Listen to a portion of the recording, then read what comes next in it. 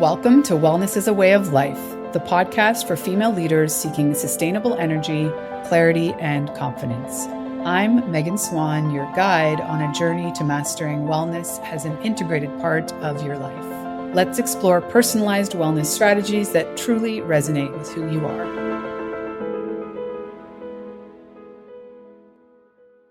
Welcome back to the podcast. I am really excited about this interview today with Cathy Thorpe of Bold Kindness and the Nurse Next Door. Cathy joined Nurse Next Door as president in 2014, so that's 10 years ago, with the mission of growing the business across both Canada and the US and achieving a new level of operational excellence. Needless to say, she went far beyond that. Under her tenure, the company has accelerated its growth and now has over 300 locations across North America. And as she shared with us on the podcast, she's going into Australia and the UK.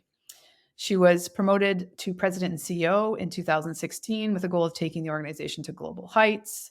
Since then, she's opened a master franchise, as I said, in both England and Australia, and currently exploring other markets. As an accomplished leader, Cathy brings over 2 decades of leadership experience in the retail industry to the Nurse Next Door. She previously served as president of Please Mom and director of Canadian operations for The Gap and The Gap Kids, where she was responsible for 150 stores and 1,000 plus employees.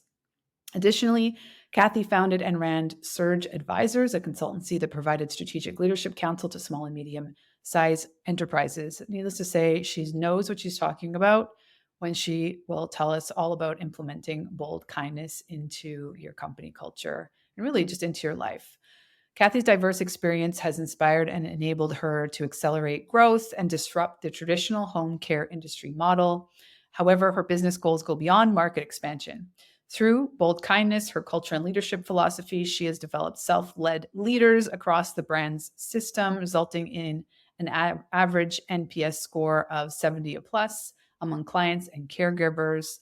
Through her new book, Bold Kindness, A Caring, More Compassionate Way to Lead, Cathy is bringing her bold kindness philosophy to other business leaders and motivating them to disrupt traditional business practices. I had the honor of hearing her talk at Spring Collective, which is a impact angel investor community that I'm involved with. Cathy's leadership was recognized during COVID, where she was the recipient of CEO of the Year Award for the Award of Distinction category. During her tenure, Nurse Next Door has been awarded Canada's Most Admired Corporate Culture by Waterstone, ranked number 50 on Entrepreneur's Franchise 500 list in 2018, and won the Pacific Region's EY Entrepreneur of the Year Award in Healthcare Services category in 2016. In short, she's killing it. She's doing an amazing thing and bringing bold kindness near and far. Cathy is also the host of How to Care, a podcast conversation series on business leadership. We will share all this in the show notes and how you can reach her. So excited for you to listen to this episode. So let's dive in.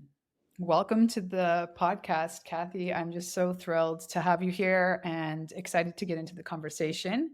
Let's just start off. First of all, absolutely love the color of your sofa. It's completely in my vibe. I'd love to know just how are you doing? How's your summer been? It's been great. I mean, it always goes so quickly. April hits and then it's like, oh my gosh, it's already almost mid-August. But yeah, I mean, here in BC, there's always those beautiful blue sky days that make up for all the rain through the winter. So it's been fabulous. How about you? It's been good. I've moved from Mexico back to Calgary I've been away for 15 years. So oh wow. Yeah, it's a little bit different than when I left Toronto with a backpack and a dream to move a whole family here, but it's felt good. It's the right move for us. So that's good for you. A lot easier. That's great. So I had the honor of hearing you speak at Spring, and you were talking all about bold kindness, which is the title of your book and I don't know if you would say movement, but I think it is. I'd love to know, there's just so much. You have such a vast history of experience with leadership and entrepreneurship. was there like a catalyst moment where that kind of idea came to you as being like a key thing that was missing in the conversation of for women, maybe specifically, or in entrepreneurship? Yeah, I think for me, it's been the culmination of my career and, having those great bosses through your career, having those bosses that weren't great, me growing as a leader and, doing things that I done well. And then also saying, how can I be better? And then fast forward, joining Nurse Next Door as the CEO and just being very aware. I mean, yeah, I've been here for 10 years and, you know, the word that was out there was, are employees engaged? Are they engaged in the workplace? And the answer was resoundingly no. And I'm like, I don't want to lead that. I don't want to lead a place that doesn't have highly engaged, excited people. And so that really began the journey of bold kindness and, just the iterations that we've gone through as an organization over the last 10 years. And, the result being the book that came out in January. Amazing. Can you kind of walk us through or maybe give some examples of what that looked like to start to implement and make people Yeah. feel more engaged? Yeah. So during the journey of creating bold kindness, it really started with this notion of why do we have managers? Like why does the role of manager exist? And having really sat in it and thought about it, I'm like, you know what? It exists for actually employees that aren't doing their job. And Mm, it's like, I don't want to have those employees here. I want to have a workplace and of people that we now call it about being self-led. And mm. it's people that show up on time because they're adults and they know what to do. They're people that know what their job is and they get it done. We don't need to tell them when they're going to do it or how they're going to do it. And so, really, the foundation of Nurse Next Door is employees that are self led. And, I always say I unapologetically only work with great people. And I really do believe that foundationally, having self led people in an organization it is a basis to be able to create the next place. And so that's foundationally self led. And then it became about, okay, let's create this people development culture, Mm. one that people can, do we know people's dreams and goals? And when you know their dreams and goals, how do you help them achieve those dreams and goals in their career? And so the mindset of people development became part of who we are here at Nurse Next Door. And, giving people that opportunity to grow and develop. And how do you do that? Well, you do that through bold kindness. And bold is really about out, being in that space always to give people feedback on how they're doing, on how you see you can help them be better, and doing it in a way that is about kindness. And kindness is really about having a relationship with each and every individual. And when you have that relationship with each person, you know how to give them the feedback, you know how they're going to receive it. And you can really be engaged in some great conversations because you built that trust with each other, Yeah, I mean, the quality of our relationships is really the quality of our life in work right? business, right? So that's amazing. So when you say dreams and goals, would that mean sort of only in the professional context of that company, or you would also be supporting them in doing, you know, maybe having babies or starting their own thing? What does that look like? Uh, Great question, because we very much want people to bring their whole selves to work. And when you bring your whole self, you have, we're all human and we all have things we're going through. And we all have those dreams and goals. Some are with work, some are personally. And we love to actually integrate all of that into the organization and help people just achieve whatever they want in this world to be able to go after just, that happiness factor, right? And I'll give you an example. A couple of single women, they got puppies about a year ago. And so it was like, okay, these are incredibly important little things to these people. And it's like, okay, so how do we make sure that they feel like, how do they have little mini maternity leaves? And what do they need to do for their dogs to be able to integrate into their family? And so we left it with them and said, whatever you need to do, work from home, take time off, however that looks. We just want to make sure that that little furry creature becomes part of your life, because it's really, when you have that, you become even more excited to go to work and do a great job. So just one example. Another example is, I noticed that a lady, she has two little boys, and she was getting her hair done on Saturday morning. And it just really bothered me. It's like, you know what? I want her to spend that time with her young family.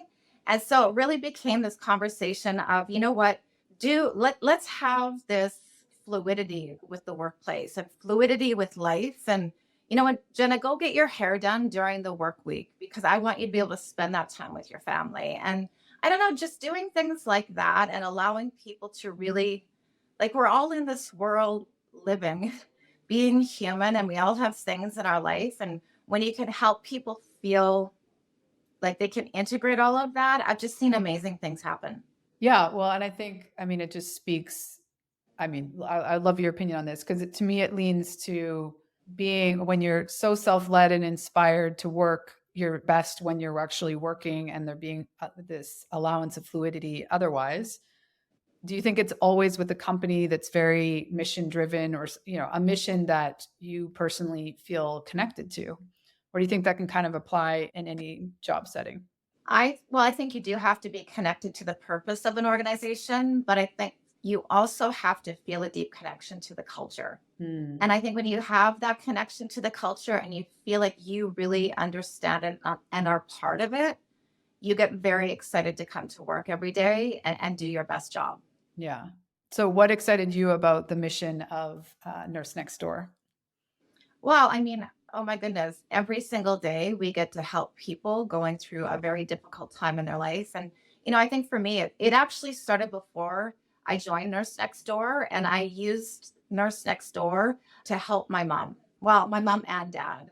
And they live out in St. Albert, Alberta. And yeah, we had the franchise partner come out and help us for about a month after my mom had a very serious operation. And I just saw the impact that it makes on people's lives. And yeah, when I had the opportunity to join, I got very excited about continuing to help support people across, back then it was just Canada. We were just starting to go into the US. We're now across North America with over 400 locations. We're in Australia. We just started in England. And so it's exciting every single day. Wow. Can you detail out a little bit more for people? Like, I think they understand the basics, but what is what is the gap that it's missing there? I mean, without going into the depths of the issues with most of those healthcare systems of the countries that you're in, but the personal connection and feeling, well, not only for, let's say, the child that needs to feel like their parent is supported at that time, and for reality or whatever, they can't or don't want to do that work themselves, but feeling like their loved one has that kind of support. Like, what are some of the, I guess, what's the feedback that you've received that maybe surprised you? Yeah. So we work with a concept called happier aging. And Mm. really, that's about bringing that joy and happiness back to someone's life. And, we talk so much about the physical needs that people have. This is really about bringing that mental component into it also. Because when you really look at it, loneliness is one of the biggest issues that we have out there. And when we can come into the home and be able to work with that individual and understand what they used to love doing and bring that into their daily life somehow. And, maybe it's that they used to love traveling and going to Italy. So, having someone come in and make an Italian meal. Another story I have is a lady and her son, they were having a consult with one of our care designers. And the mother realized as the conversation was going on that, oh my goodness, I'm going to be able to go for lunch with my friends again. And her other one was, oh, I get to go shopping for groceries again. So, it's not the big things that we think sometimes. It's just those little day-to-day things that people are no longer able to do. And then how do we come in and be able to bring that experience back into their life with them? Yeah, that makes so much sense. So I love the the label or the description, if you will, of self-led employees. I'd love for you, because you have such an extensive experience in the leadership role. What is it for women, or any advice you have for women who maybe just don't see themselves as a leader? I mean, I would argue if you have a family, you're a leader of a Mhm. household, of sort of like taking on that role or that description in more unapologetically, or feeling more confident in that sort of role. Yeah, well, I think part of being a leader is actually continuously learning ourselves, right? And how are we finding that time to be introspective and say, what am I great at? What do I want to keep working on? What do I want to keep learning? And really giving yourself the space to go and do that. Because I think that, part of bold kindness, part of this whole discussion is that this is about not needing external validation and someone telling you that you're doing a good job. This is about you looking at yourself and saying, you know what, I know I'm doing a good job. I Mhm. don't need anyone to tell me that. I'm going to tell myself that. And that's the work, right? The work is being able to tell yourself that and believing that. And listen, it's not easy. And how do we keep working on ourselves to be able to get to that place where we do believe in ourselves and we say, you know what, I'm going to go for it. I'm going to do that. It feels uncomfortable. It feels hard, but I'm going to do it anyway. Mm, I love that answer. So I think that partly touches on my next question, was for you, how has making your own well-being a priority infused, your career, and sort of like, what are your non-negotiables in taking care of yourself? You touched on, taking the space when you need it, allowing yourself the time and energy to keep learning and stay engaged and excited about what you're doing. Love to know if there's any other sort of non-negotiable health and wellness things that you've found supported you over the years. Yeah. So I will fully admit that throughout a lot of my career, I probably worked too much in the sense that, I look back today and think, oh my goodness, I really invested a lot of time and energy into building my career. And then, what, fast forward, two little kids that are growing up, and then bang, it was 5.5 years ago, my late husband got colon cancer. Mm. And that really hit me, obviously, but it truly taught me about living in the moment, living in today, and just really, life is short. And we have to have that whole experience of our lives. And, fast forward, he did pass away 3.5 years ago. And, some of the changes that I've made, my daughter, she just graduated from high school, and I've spent the last 2 years picking her up every day and being at home with her. It was like, okay, I'm still working from home, but I'm there for her. And it seems small, but it's like, wow, I've just been able to be part of her life in a different way than I was ever there for my son. And, that's just one of the things. There's lots of different things that have happened through this whole experience. But I think it's just really, it's like, I don't feel guilty about taking those moments and taking that time, because you don't get back that time to have those moments with the ones that you love. Yeah. I'm so sorry to hear about your husband. Yeah, thank you. It's obviously a hard thing to go through. And, my kids and I, we've gone through a lot with it, but we come out the other side and you learn so much and you grow so much. And it's like, how do you just use that strength and those learnings to help, continue, supporting people and careers, and just, how do you step into that all the time? Yeah.